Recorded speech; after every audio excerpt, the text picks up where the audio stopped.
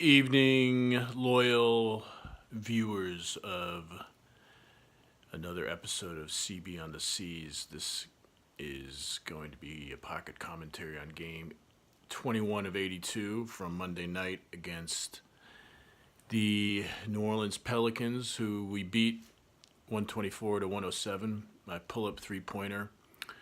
First point is sort of a knockoff comment, sort of a whimsical comment. I noticed Kyrie when he basically noticed this since he got in the league, and it just hit me today that Kyrie's underarm hair is pretty bushy, and it reminds me of Kevin McHale's. Obviously, it's a little kinkier and not as long and stringy as Kevin's was, but it's still very bushy, and the area that it covers is quite astounding and pretty gross if you think about it. So my second point, for my pull-up three pointer, is Stevens not inserting Hayward into the game until 3 minutes left in the first quarter. The Celtics went out to a pretty big lead. I think it was 11 points, and then he put in Hayward. But yeah, Hayward's absence and Brown's absence, for that matter, really I think enabled the Celtics to get a little more focus. Gave Marcus Smart obviously the 40 minutes that he got. Everyone's been talking about that playing time total for him in that game, and how it was a good thing in his energy and all the things he did in the first quarter. Third point of the three-pointer, the statistic of the night is 8 minutes left in the third quarter, so just after halftime.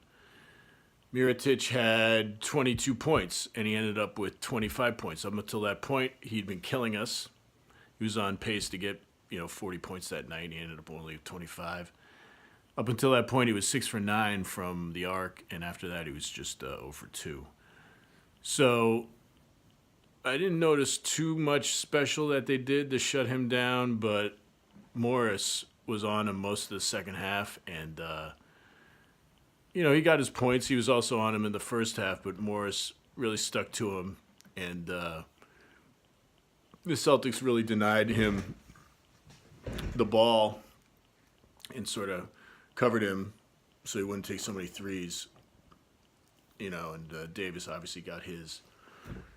So that was key to the game, was shutting down Mirotic because he was killing us. 3 stars of the game. The third star for the game, I would say, would be Al. He had a really nice game. He had 32 minutes, 8 for 15. Really, he took a lot of shots.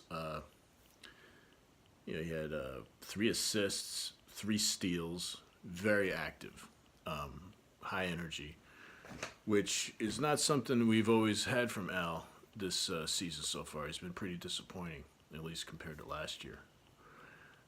Second star, I'd give it to Kyrie. He had a great game. He was 5 for 11 from the arc. He had 10 dimes. And this is a big one that stuck out to me. He had 5 steals. Of course, he had 6 turnovers, but, he still had 5 steals. I give the number 1 star to Smarty, though. He had a fantastic game, obviously. Everybody's been talking about it, and his energy and the increased prominence in the lineup, and I don't think we can really live without him. Him and Morris and Kyrie have obviously been holding this whole thing together with duct tape, and I hope they continue to hold it together and build on it after this Pelicans game. 3 stains on the game. The third stain I'd say was Wesley Johnson. I still don't know what this guy does. He's pretty innocuous. He had the worst plus-minus rating on the Pelicans, minus 22. Played 17 minutes. Pretty anonymous line. Lots of zeros, lots of low numbers, especially points. He only had 7 points. Second stand on the game, I'd say, was Hayward. Hayward had, I think he was the only player Well, him and Baines both had no. He was the only player over 20 minutes who had a minus plus minus rating. He had a -8. He didn't get to the line. 3 turnovers, 23 minutes, 2 for 5 from the floor. It's just not being active. Number one stain though was Holiday. He had a dreadful game. With Peyton out, he was definitely going to be the running the show from the point guard position. However, he picked up fouls 3 and 4 within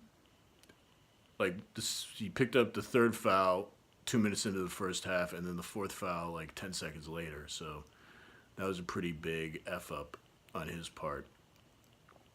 Another shocking stat of his: 8 turnovers for the game. That's a lot of turnovers. That's you're hoping to get 8 turnovers as a team, but he just one guy.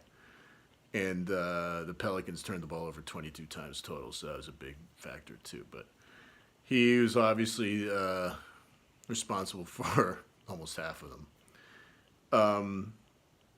Okay, closeout is another shop recommendation.